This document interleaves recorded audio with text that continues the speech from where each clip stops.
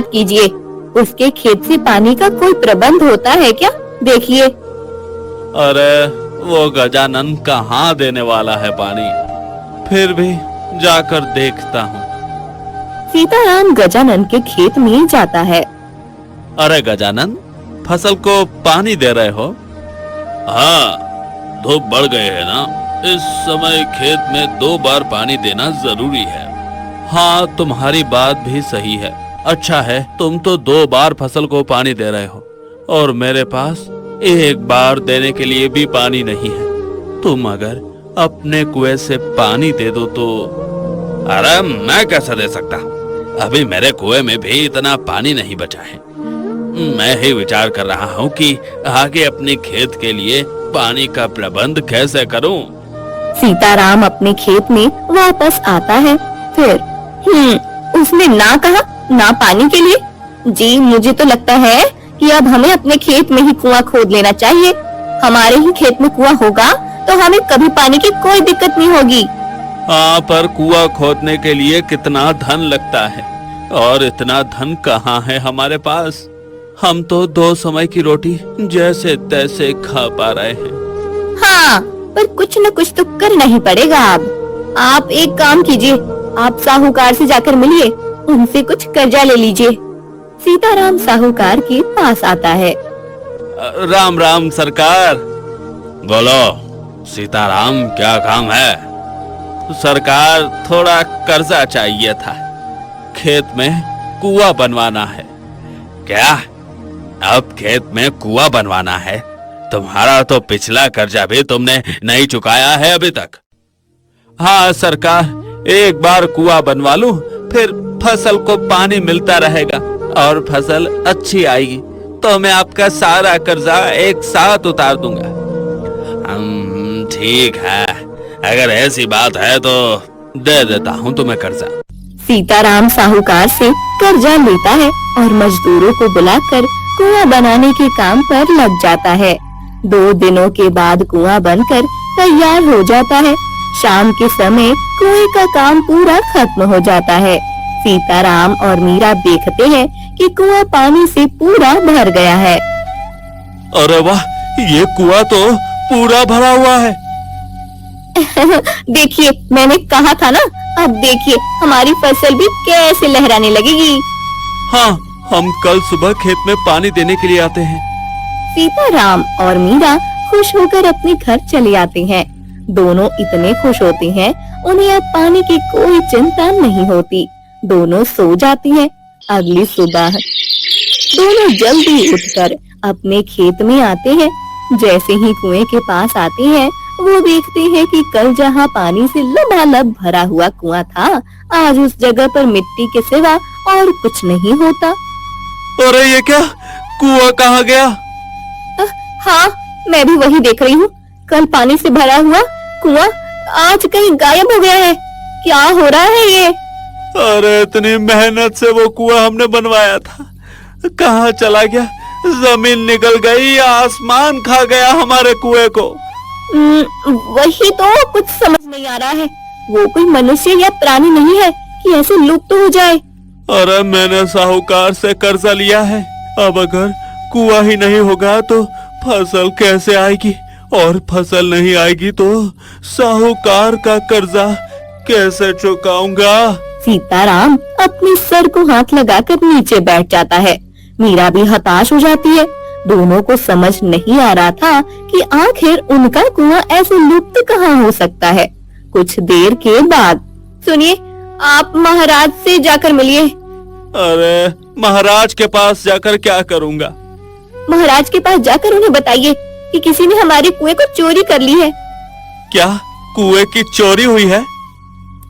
हाँ, अब हमने इतनी मेहनत और खर्चा करके बनाया हुआ कुआं अब उसकी जगह पर नहीं है।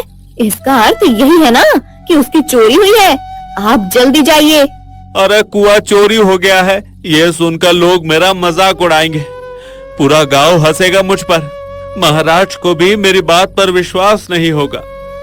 वो सब मैं जानती हूँ, पर अभी महाराज ही हमारी सहायता कर सकते हैं। मीरा की बात सुनकर सीताराम महाराज आत्मानंद के राजसभा में आता है। महाराज की जय हो। बताओ क्या समस्या है तुम्हारी?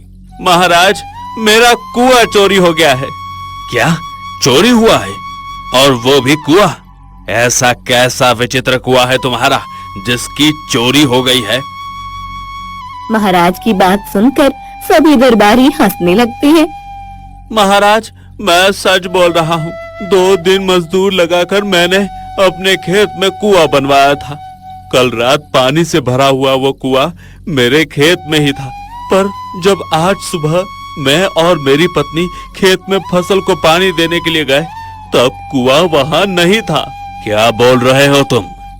मुझे तो विश्वास ही नहीं हो रहा है। कोई कुआं अपनी जगह से लुप्त कैसे हो सकता है? महामंत्री, आपने कभी इस विषय में कुछ सुना है कि कोई कुआं अचानक से लुप्त हो गया हो? नहीं महाराज, ऐसी विचित्र घटना तो मैंने जीवन में आज पहली बार सुनी है। ऐसा कभी हो ही नहीं सकता। ये व्यक्ति अवश्य झूठ बोल रहा है। ये राज्यसभा का समय व्यर्थ कर रहा है। अरे नहीं महाराज, मैं सच बोल रहा हूँ। मैं एक गरीब किसान हूँ। मैंने साहूकार से कुआं बनवाने के लिए कर्जा लिया है। आप चाहे तो उनसे पूछ लीजिए। महाराज महामंत्री को आदेश देते हैं और साहूकार को राज्यसभा में बुलाया जाता है।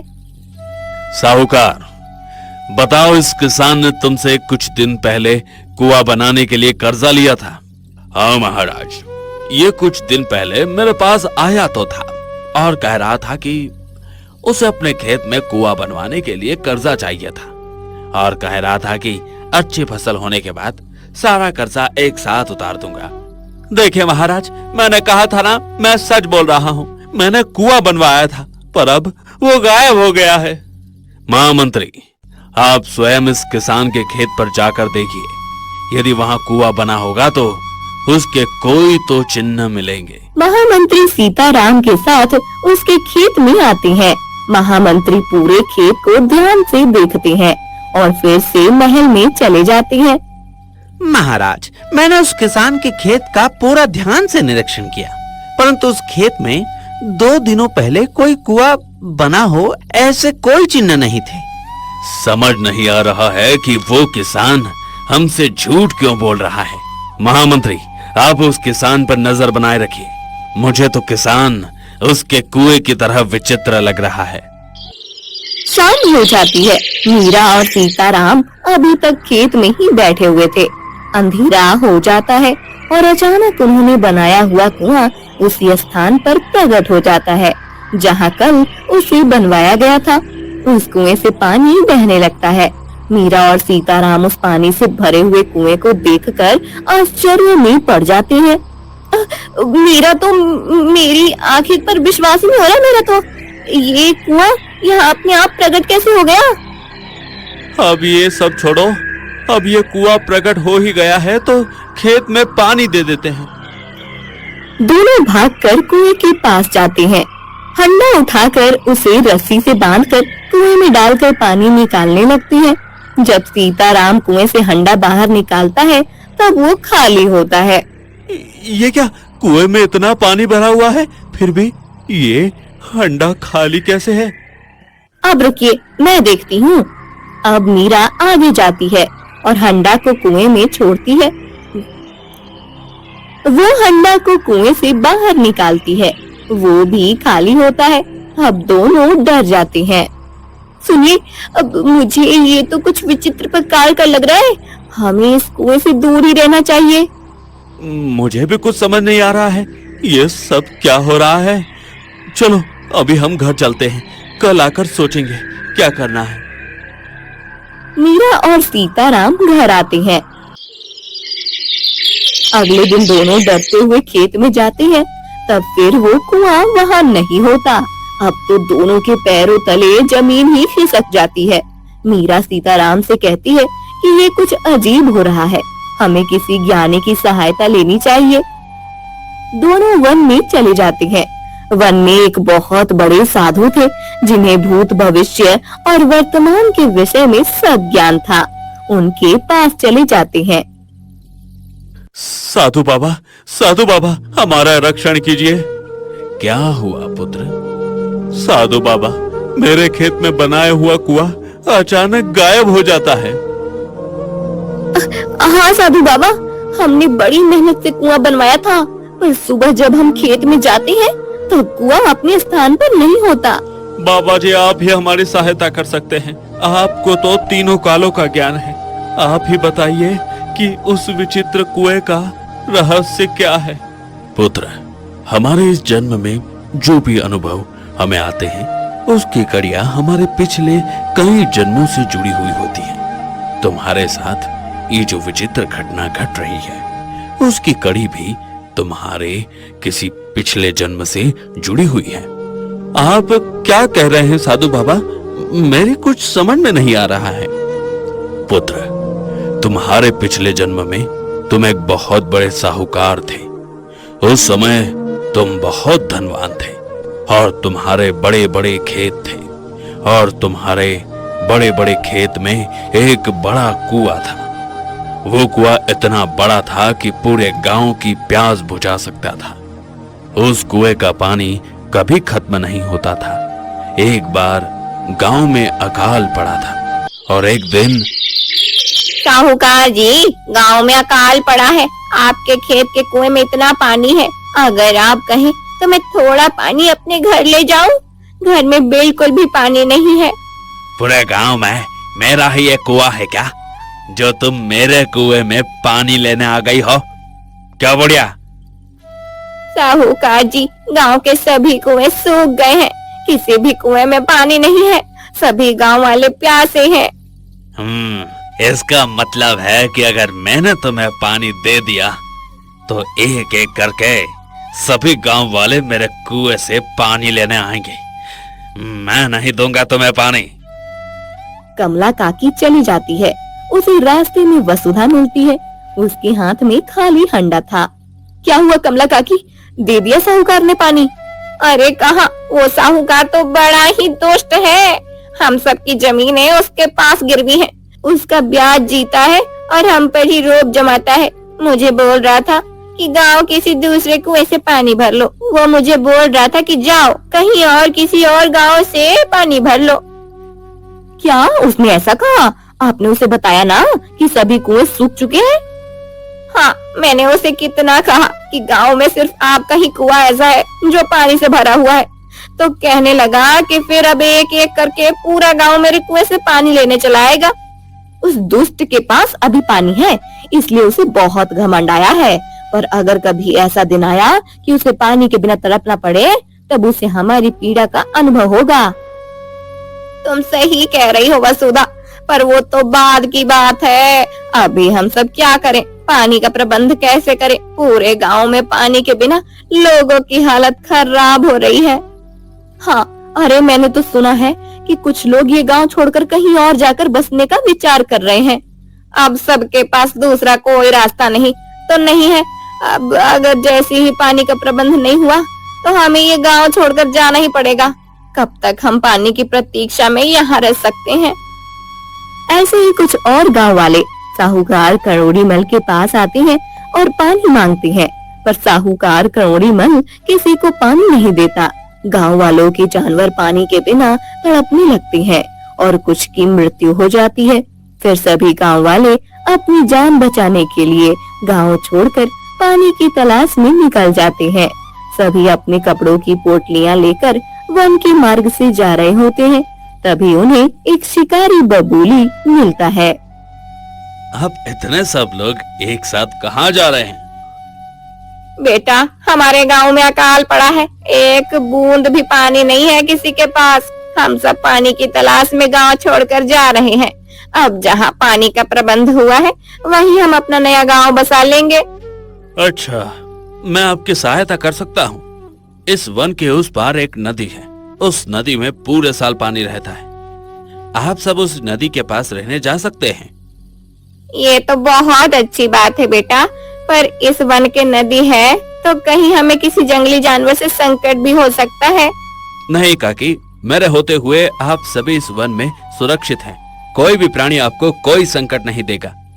बबलू भैया, आप इतने विश्वास से कैसे कह सकते हैं? मैं बचपन से ही इसी वन में रहता हूँ बहन।